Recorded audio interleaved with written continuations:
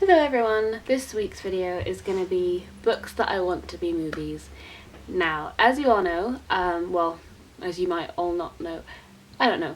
Basically, I want to be a film director or a cinematographer. I want to work in film. I've applied to do film production at uni. It's what I ultimately want to be doing, and I love adaptations when they're done right. And I might do another video on like my favourite book to movie adaptations, because there are quite a few good ones, contrary to popular belief.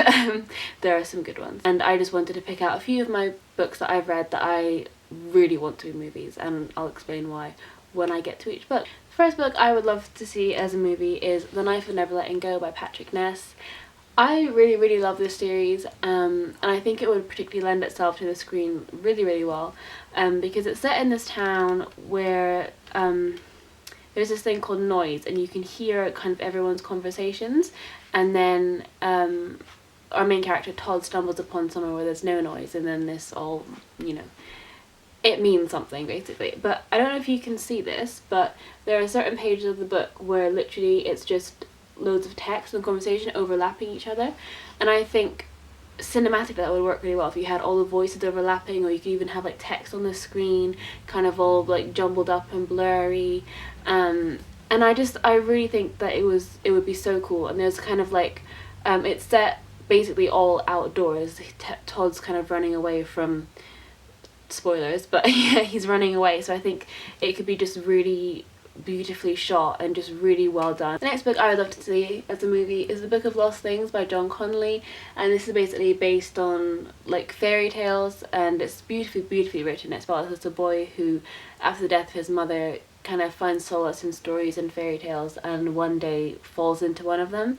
A bit like Inkheart, but I prefer this to Inkheart because it takes its inspiration from fairy tales, and just some of the sets in this are beautiful, like the way the forest is described, and I love some of the takes on other fairy tales.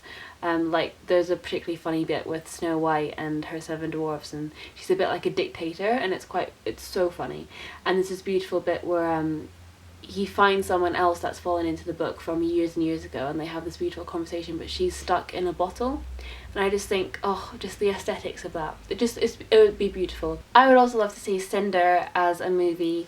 I just love all these characters. I'd love to see how they interact with each other, the kind of chemistry between them, and also you have so many opportunities for like amazing costume here. Like Cinder's a cyborg, that would be really cool to see, and also as part of it set in space, I feel like that would just be really epic and really cool, and also based on fairy tales, and like I said, that's always going to be amazing. I'd love to see The Night Circus as a movie, oh my god, because I think it could be so aesthetically pleasing. I don't know if you've ever seen Sin City. I haven't, but I know it's in black and white and there's just a few bits of colour. I feel like you could do that with this, because basically it is kind of all black and white.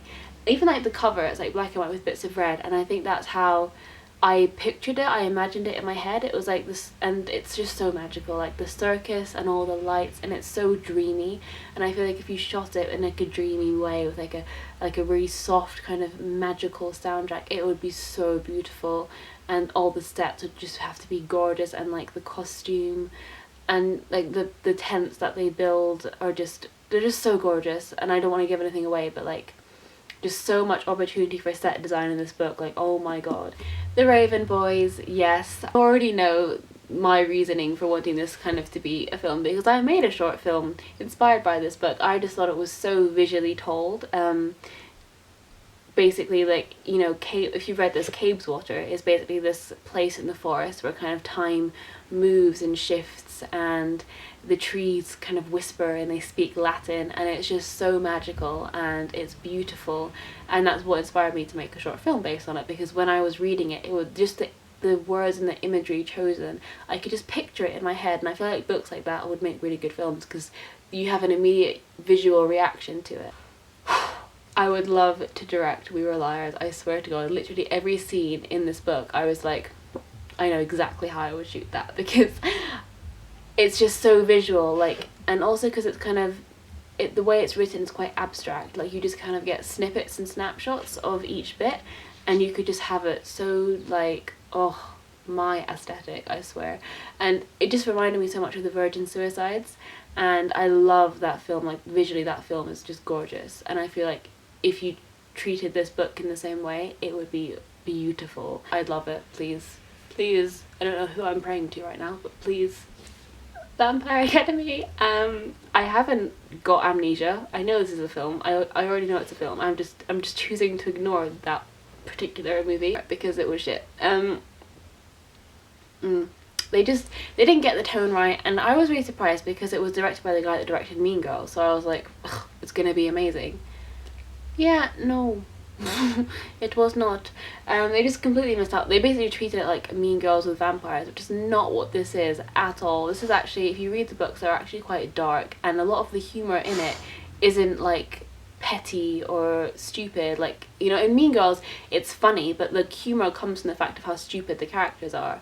And that's how you laugh at it. But like, this is not the same. The humour in this is quite witty, it's quite dark, and I really like that about this. I found this was so refreshing to read as a vampire novel because they actually just felt like people. They just completely got the tone wrong. They just treated it like a silly kind of preteen movie, which is completely not what this is, and I would love to see it done right.